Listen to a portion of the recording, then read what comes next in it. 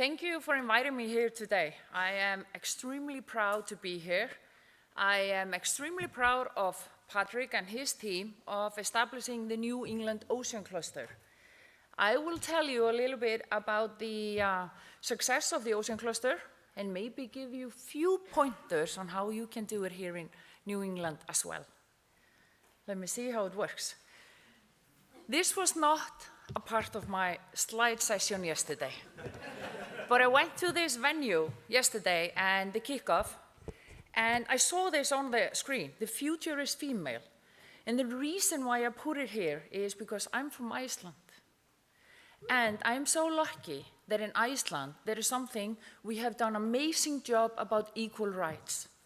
And yesterday, 19th of June, was the Women's Power Day. So we celebrated that we got the power to vote 104 years ago, but you had to be the age over 40 to vote. They quickly fixed it, because all the ladies over 40 at that time, they were at home with the kids and they didn't know they could vote. So we got it fixed again. But I thought it was quite impressive being located in Portland, Maine, and to see this, because we have put it into law and legislation, an equal pay in Iceland. And that is something that other nations can follow in our footsteps to do that. Those ladies that were celebrating the day, they used to clock out at 2:30 on this day and they marched to the parliament with the kids and everyone. Of course, we always take the kids with us. And they were there asking for equal rights, and parliament listened. So I know the government here will also listen. So, off to politics. Thank you. Like Patrick said, I'm from the Iceland Ocean Cluster. I started there about 2.5 years ago. And the Ocean Cluster is a phenomenal thing. When Dr. Thor Sigfusson established it in 2011, he was doing his doctor's thesis about networking. And even though, and it's good he's not here, so I can talk a little bit about him. Even though he's from that small island, Westman Islands, which you either have to play a guitar, you have to be a great fisherman, you have to be able to tell stories. He's not there, but he can tell stories. And he moved out of the island when he was 5 years old, and he's not even good at football. So he started to look at the networking, thinking about people, and sort of getting them together. How do you utilize your network in business? And he stumbled across this amazing industry in Iceland called the seafood industry. And the seafood industry in Iceland is a little bit like the Sicilian mafia. All the fish processing plants and all the fishing vessels and everything is run by families. There are a lot of dons there. And looking at the females, they always have their wife with them, and she controls the money. Otherwise, they had collapsed many years ago. But these were amazing times. He went to them and said, do you know each other? Do you know this person? Do you know that person? And they said, yeah, of course I know them. I mean, of course, everybody knows them. But when did you speak together last time? I don't need to speak to him, we're competing. Yeah, I know you're competing, but there are some challenges ahead of you that you could maybe solve together. Nah. But he was able to go to a small village, fishing village in Iceland called Grindavík, and pull together a people of 10. And he got them to sit around the table, and it was an eye-opener. And he started to talk about biotechnology as well.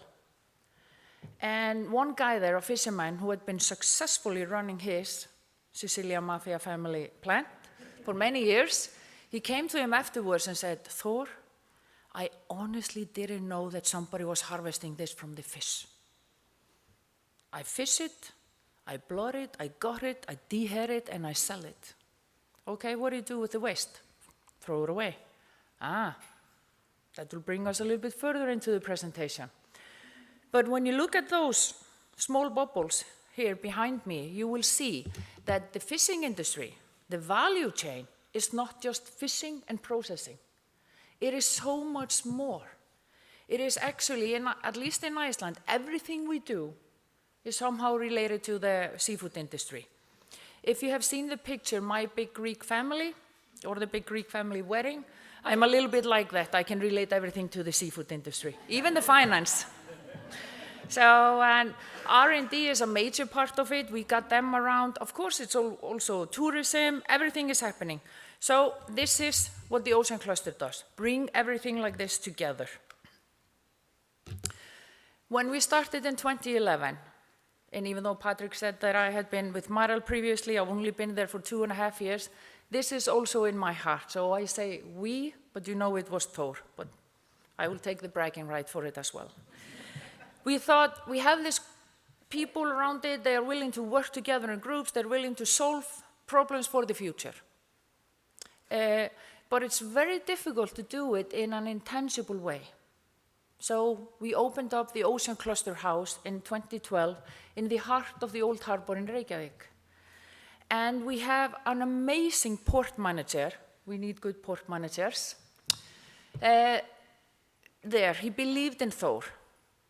I said this story this morning. I always say that to make progress, we need crazy persons. Crazy person in a positive way.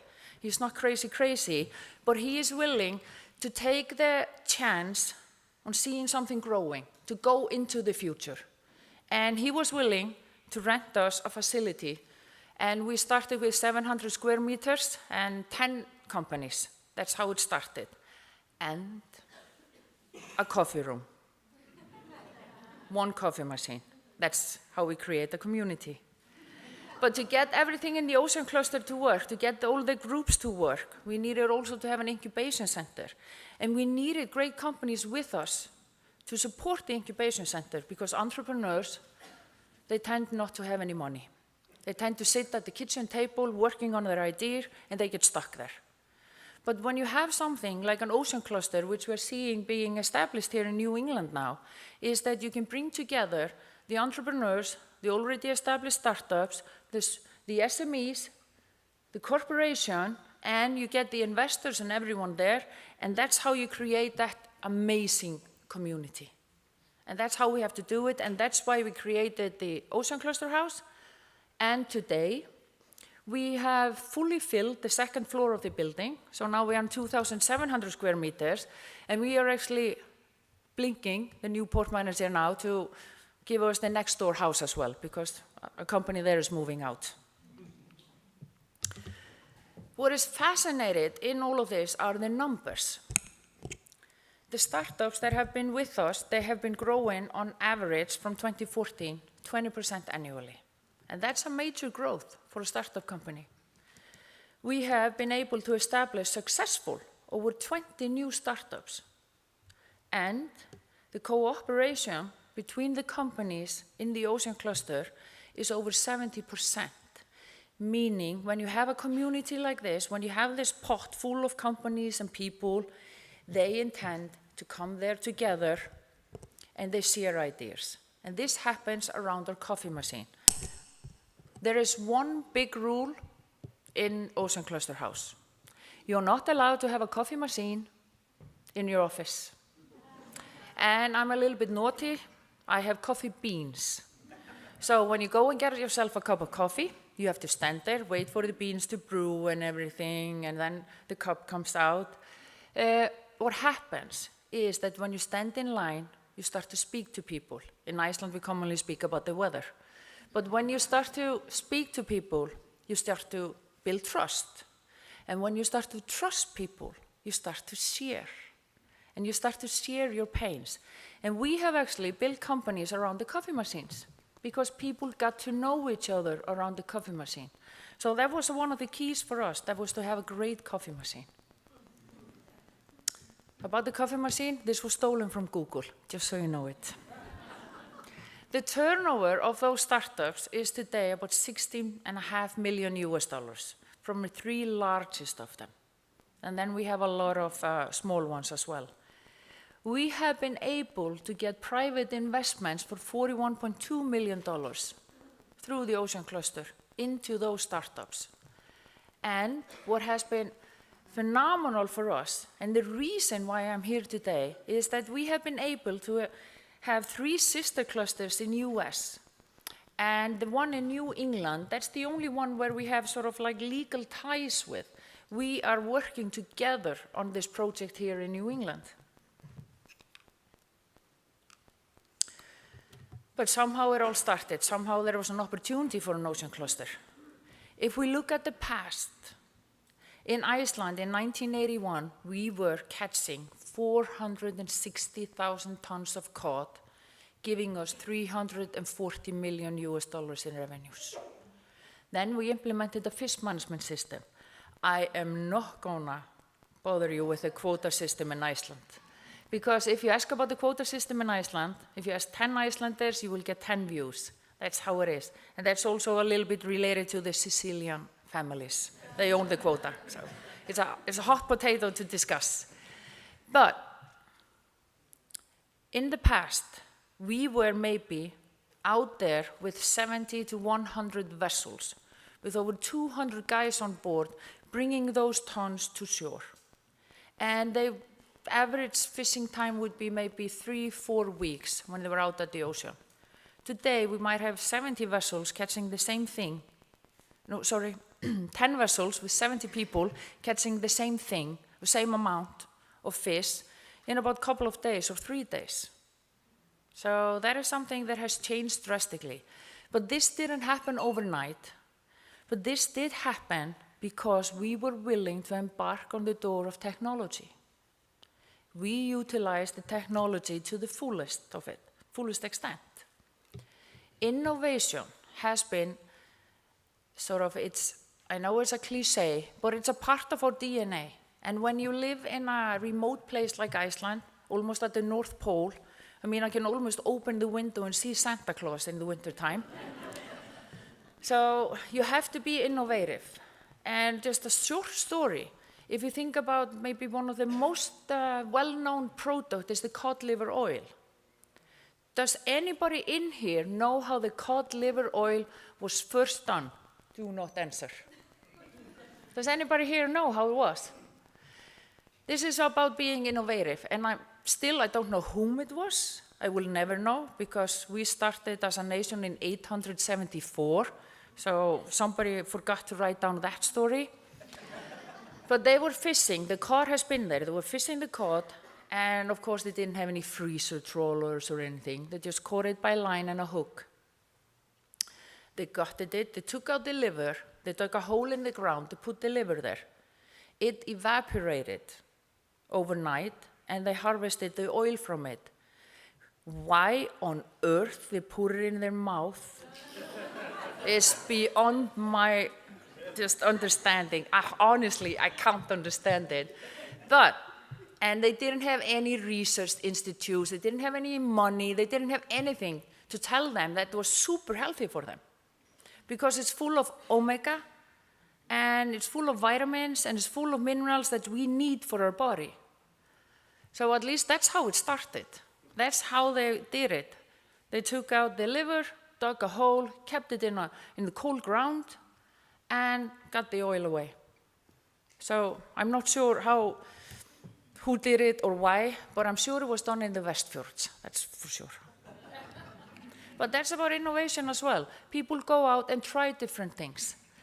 One of the key, because I told you the cod liver story, is something, just food for thought, is that a guy lost his job in the credit crunch in 2008, and he thought, what can I do? I need to find myself a job.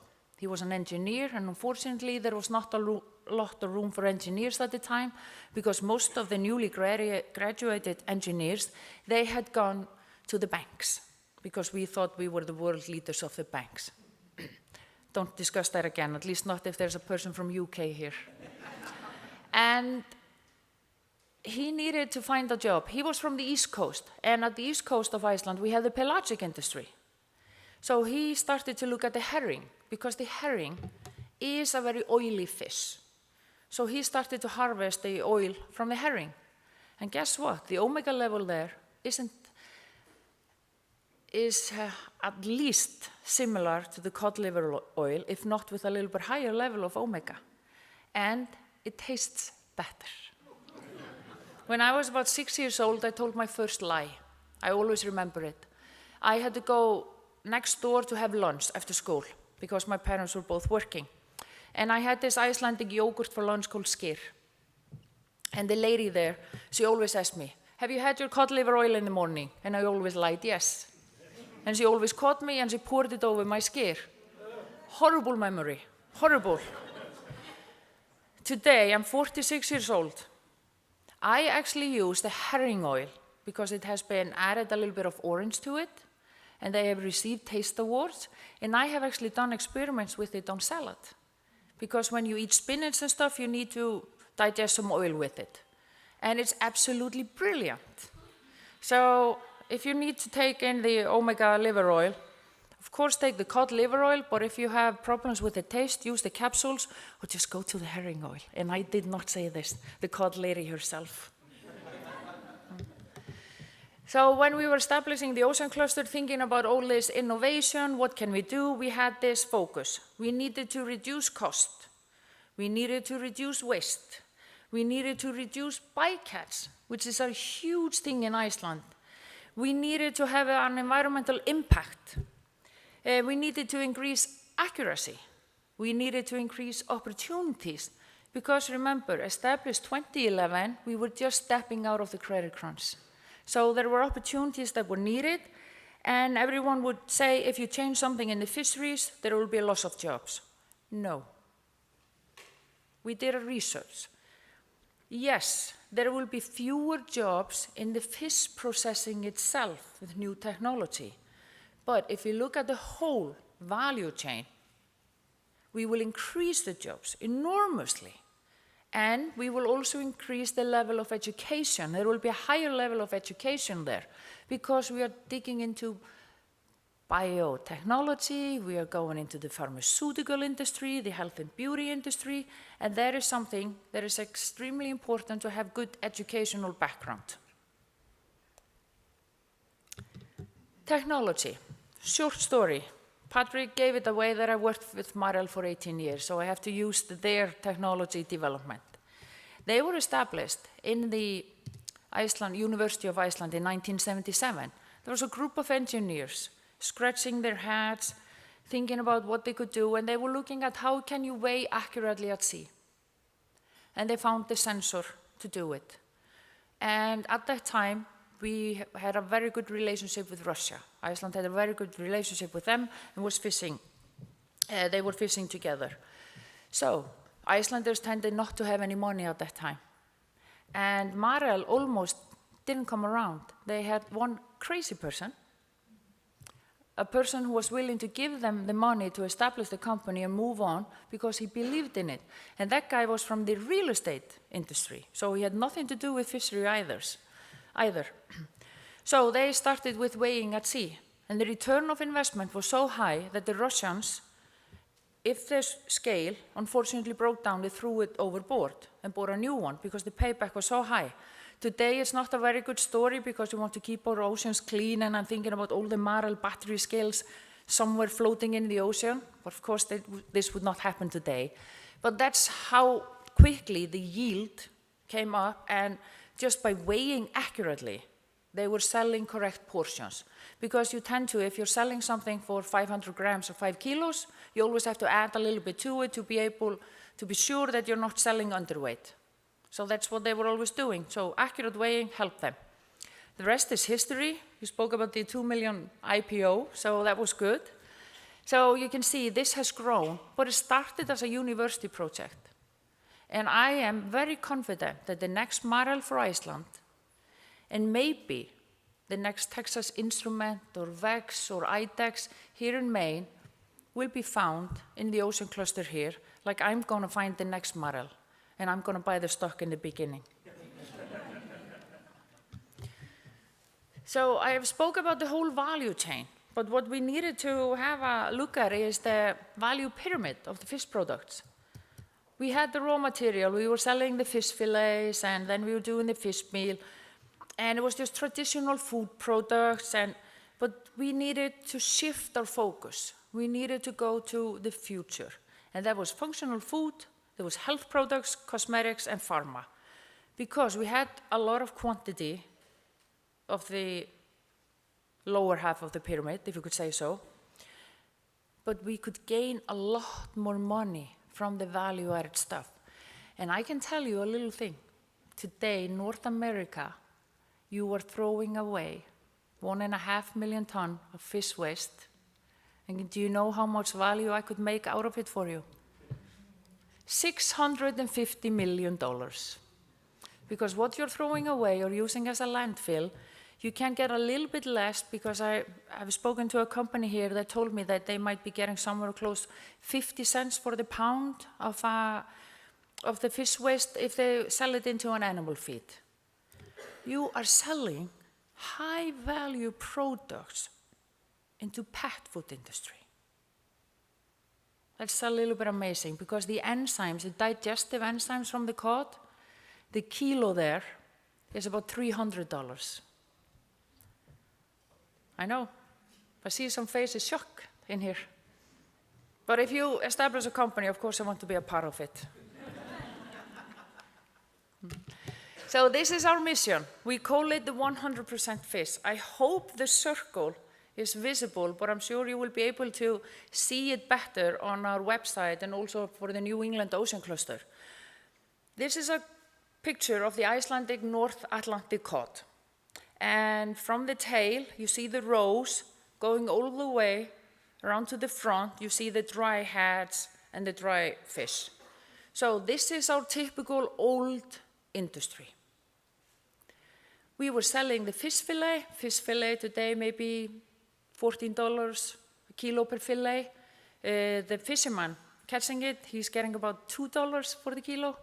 So there's a lot in between. But if you look at the bottom part of that circle, you will see that we are in the health and pharmaceutical, cosmetics, and medical products. And this is where the money is. This is the $650 million you're throwing away. And I also told you the story about the guy, the engineer that lost his job. He took something, the cod liver oil, which nobody knows how was invented, except we know how they did it, just don't know who did it, 874, and he tried to do it on another species. And that's possible as well. You need to think about that as well, that innovation is not always inventing the wheel. I think somebody told me that Thomas Edison, the inventor of the light bulb, there were 8 persons who invented the light bulb. He was just the one that ran to the market with it. He got the patent. He did something about it. And that's what we need to start a community to do. It doesn't matter if you're in the ocean-related industry, technical industry, I really don't care which industry. If you have a good idea, run with it. Do that, you have to do that.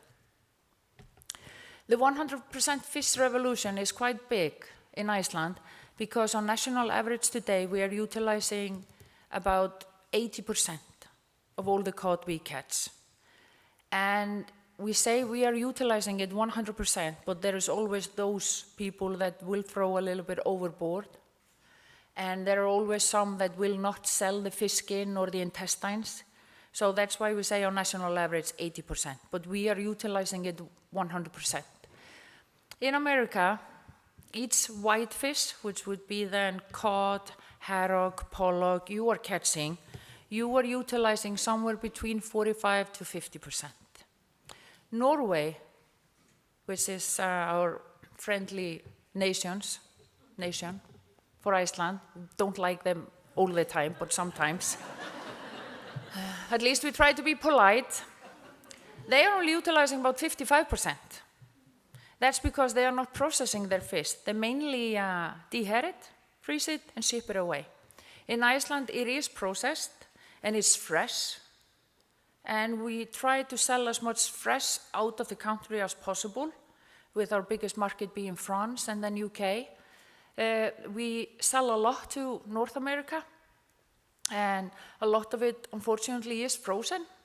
So, but that's okay as well, as long as you don't defrost it very often. That's not a good thing, then it will smell when you cook it. If you're cooking a fresh fish, you don't smell the fish. My fish, which I eat, and I eat fish about at least 3 times a week, It's usually in the market around 4 o'clock in the morning. And I have it at lunchtime. So I get super fresh fish. But look at the grounds around you. You can also get super fresh fish if you want to. Here are a few stories, a few entrepreneurs. The ladies at the top, now I have to look. Top right for me, top left for you, or just what? Left, right?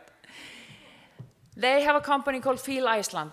And when I look over the crowd here, I think I can say this, that when you turn 40, you look at the mirror and everything goes south, that you want to have up north. That's collagen, unfortunately. Collagen is one of the main ingredients we produce ourselves in our body. And we do that fully until we're about the age of 25. Then our body sort of slows producing collagen on its own. And we should start a little bit of consumption of it. But it's not all for wrinkles or appearance. It's also good for your joint health and the bones. It is also just good for you. It's a good supplement. But the wrinkle effect is very positive. I told you I'm 46, I'm actually 73. I just eat a lot of collagen.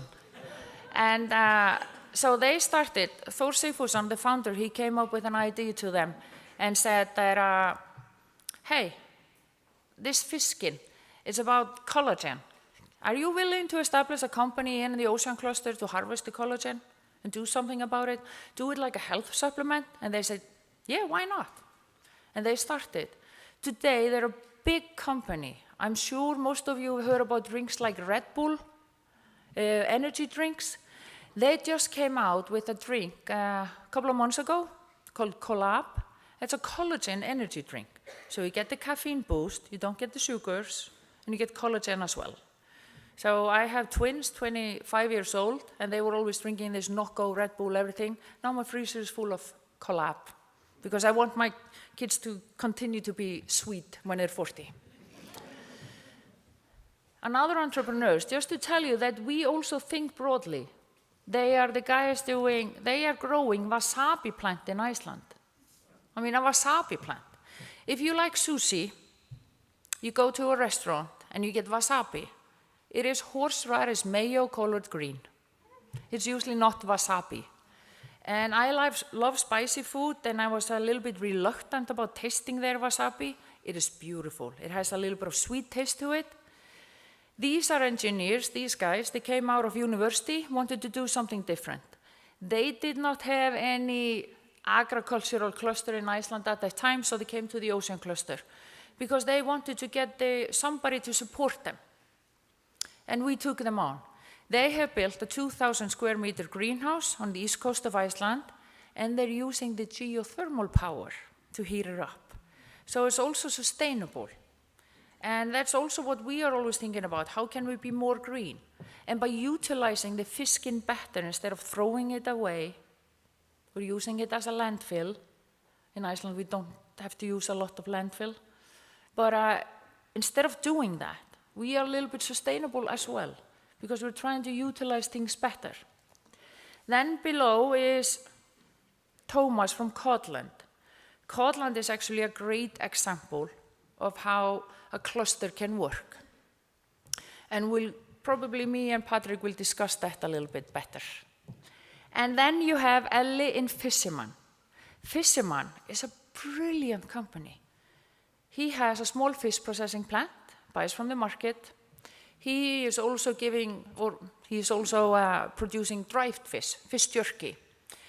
In US, you have beef jerky. I lived in Seattle, I know everything about beef jerky. It's absolutely gorgeous. It's full of sugar, of course it's nice.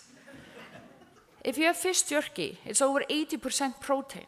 Usually the fish you eat is usually around or over 80% proteins. And then it's water and a little bit of salt.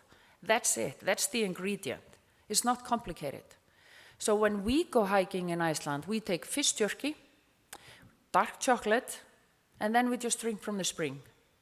Because we are lucky to be able to drink directly from the spring. We don't have to carry around the water bottles. We can just do that. Elli offers this amazing tours He invites people to come to his home place of Suðureyri, where actually my grandmother was born. He gets them to go out on a boat, fish, come back to his hotel, blood it, gut it, do everything, cook it, eat it, sleep at his hotel, and then he ships them off. And because I mentioned the dried fish, it's a thing in Iceland. If you're an Icelander, the dried fish has to come from the correct dealer. We all buy dried fish in about 3 or 5 kilo bags from some dealer, and we always look around when we buy it. If somebody notices it, has to come from the Westfjords. And this is how it was sold in the past. But people like Ellie, they just took a really good product and repackaged it. So that's also innovation. I am sure there are great opportunities here in Maine. I actually, at my hotel, I had to write it down because I couldn't remember it.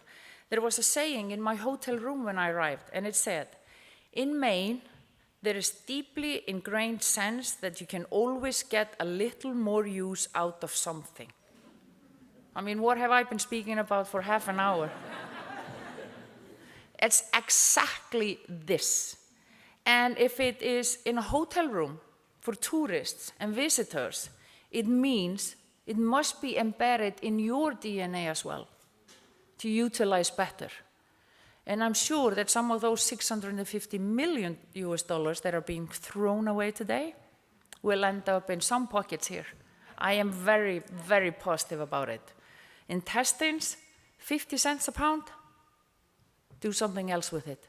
Fish skin, brilliant. Do the research. Use the Iceland Ocean Cluster. Work with them. Set up an office there. Be with them. And remember to take also the cod liver oil in the morning, or the herring oil. But I need to ask them to adapt that video, so it's not there.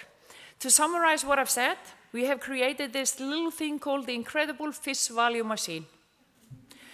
We say, 1 fish in, 0 waste out. You can do the same here. You can put something in, no waste out. Utilize, utilize, utilize. Be like your ancestors. They would never, ever have opened up their fridge on Friday afternoons, thrown out of it to go shopping on Saturday morning. They would just have cooked and eat it, what was in the fridge. And if you don't like it, well, sorry, there will be a meal again tomorrow.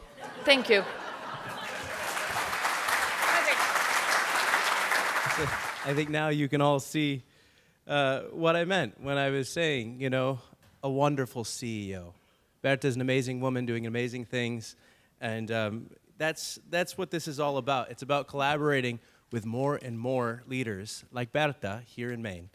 I wanted to jump right in here. We have maybe about 10 minutes. I'll ask Berta a few questions. Thank you for sharing the original Viking startup story. Thank you. Was fabulous. Thank you. Know? But it was a good question. You know, who thought to put that in their mouth? Like, you know, that's an important thing not to miss. There's risk. It is. There's risk. There's risk involved. I understand that a lot of times when we get into startups, especially when we're looking to scale a successful business, it's all about mitigating risk. But the original Viking took risk. And so without that risk, no reward. I also wanted to point out something that I don't want anyone to miss. Iceland to Maine. Iceland's GDP is 58% of Maine's GDP. Iceland's population is 25% of Maine's population. The difference from a cash perspective is $21 billion. I'm just pausing on that. So when we say, oh, we go over to Iceland and we experience it and there's a buzz and there's this and there's that, it's a $21 billion difference we're feeling. And these stories that Berta just explained to you, like she's not putting up 21 billion, she was putting up 43 million. It's the little things. It's the community collaboration that is going on there in this model. So let's talk about the Iceland Ocean Cluster model here. We've been working as partners together for the last 4.5 years. Correct. And as Thor sought the route of how to get people to collaborate and cooperate, coffee sounded important. communication and education sounded important. But as we continue to bring your model here to Maine, for us to do it successfully, what are the fundamentals to the model that we really must be sure to emphasize? Like if there's 1, 2, or 3 things that are really critical to get people to talk together, to collaborate, what are those fundamental things? I would probably say the mixture of your ocean cluster house. You have to have the house, that's for sure. And I'm glad it's opening. You have to have the house, but you have to have, because people tend to look at a cluster only for startups. But we have also corporate companies in there. You have to have the healthy mixture of startups, entrepreneurs, you have to have the SMEs, and you have to have the corporate there. They have to be all a part of this because they knock on door with each other and they share knowledge. And we have been very successful, and I know it will happen here as well, is that those who are more veteran in it, they have been there for a longer period, they have great knowledge and experience, they will for sure hold the hands of the startups when they knock on the door and say, listen, I was thinking, how should I go about getting this investment? This is a part of the community they will step into. An incubation center is crucial, but you won't be able to run an incubation center unless you have really good sponsors with you. So I think it's a little bit of a social responsibility of the larger companies here in the area to participate in something like a cluster, because they will also gain from it. They will have a little bit of competitive advantage. That's what we have seen in Iceland. And because we mentioned Marel, they have an office in our ocean cluster. And what they feel there is being a part of that community, being a part to be able to communicate with the startups. They keep an eye on the latest technology. They know exactly what is happening there. And they can make a decision to step in. They can invest in it. They can buy it. They can walk down the road with them. It's their decision. But at least they know exactly what is happening out there, because they tend to live in a bubble. They spend 8% of their annual revenues on R&D. That is still not enough, because that's inside the company. They really don't know very often what's happening outside of the company. So I think that's a key, a healthy mixture, great coffee, good community, and a Friday coffee break. Excellent. You talked about Codland, which I know a bit of the story about, but so I'd like you to touch a little bit on that. But in Maine, we have Maine Technology Institute that has seeded so many incredible efforts, and we have Startup Maine, this incredible convening entity that we have bringing us all together here, and we have our universities, and we have all these amazing assets.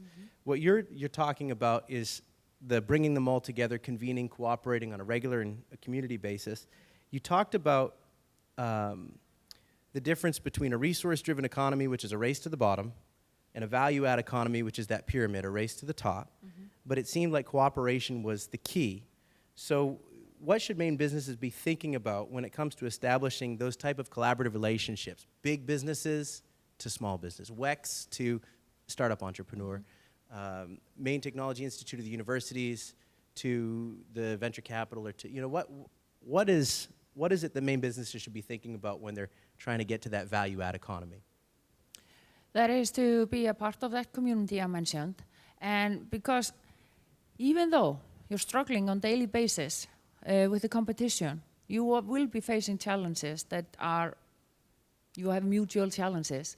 And because you mentioned Codland, it is about, we had those Sicilian families I told you about. Nobody wanted to work together. Codland today is owned and operated by the 4 major fish processing plants in Iceland, 4 Sicilian families. And that is because they saw the value in creating a plant to harvest the collagen, to dry it out from the fish skin. They saw that if each and everyone did it, it would not be viable. It would not be a good business plan. But if they all come together to put the raw material in it, that is success. That will be successful for everyone, and it doesn't affect their daily business, for sure. It doesn't. So they will harvest from it. Also, about the, I lost your question. Well, It was just how do we get to that level of cooperation? But I keep driving at trying to get the specifics. Just like when Thor came here, we keep driving at what's the special sauce, and the irony is it keeps coming back to community. Yeah. At least I keep hearing that, Yeah. and I think for us in Maine, I mean, we've spent 6 years going to Iceland, and we see that you've got that small town mentality just like we in Maine have, but oftentimes there's a real parochial divide that's tough to first get through. Mm-hmm. People territorially, lobster zones, processors competing. There's definitely, so it keeps coming back to community, but what a hard thing. And yet if we do, there's a $21 billion nexus that we might have the opportunity to make up. I have another question that comes back to the investment in technology and innovation.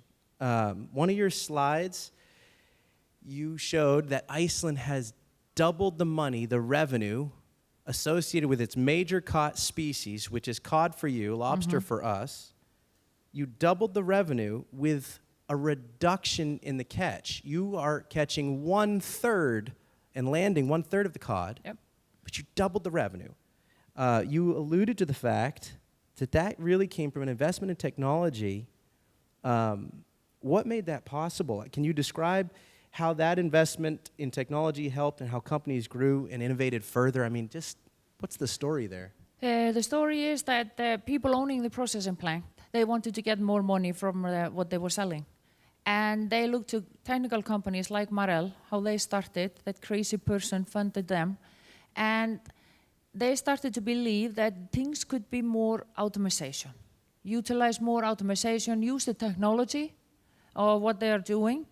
And they implemented that. We had the fish management system, the quota system put in place, meaning that we had to take better care of our stock. The cod is not endless, but it might be endless for us because we take care of how much we catch of it. You can't go and overfish. So they had to find ways to create revenues of what they had, and it was a hit. When we lowered the fishing of it, it was a big hit. So what we did was we thought of those new ways I was telling you about. We had to reduce the risk, we had to create opportunities, and that's when utilization kicked in. In Iceland, we are working on that to make Iceland the Silicon Valley of whitefish. And here in Maine, you have shellfish, shellfish, shellfish. You have lobster. I have been in heaven eating here since I arrived, and I will continue to be in heaven while I'm here. But shellfish, shellfish, shellfish. Why isn't Maine and Portland, why aren't you the Silicon Valley of shellfish? Why aren't you there?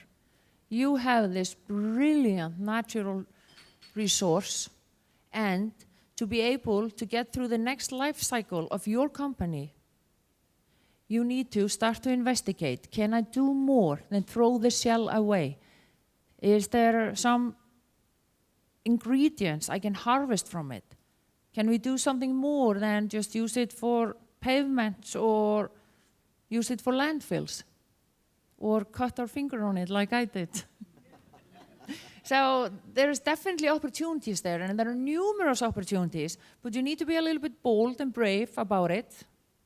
And I think a part of your solution will be in the ocean cluster, because you will have the pot, you will have that magic soup of startups, entrepreneurs, crazy people. I hope there will be few crazy people with you that will believe in it. And you have to have the big corporation as well. You all have to be there together and work on the solution, because there is numerous jobs that will come out of it. You will transform companies, but it's also about changing the mindset. It's a little bit about the culture and the mindset. And I think people here are very similar to Icelanders. You have a little bit of that Viking mindset. You are willing to knock on doors, go down that road, and like Icelanders, you want to be the leaders of what you're doing. And I heard that yesterday when they were speaking about the state, and the government is there. They want you to do it, but they can't do it. You have to be the problem solver for the government.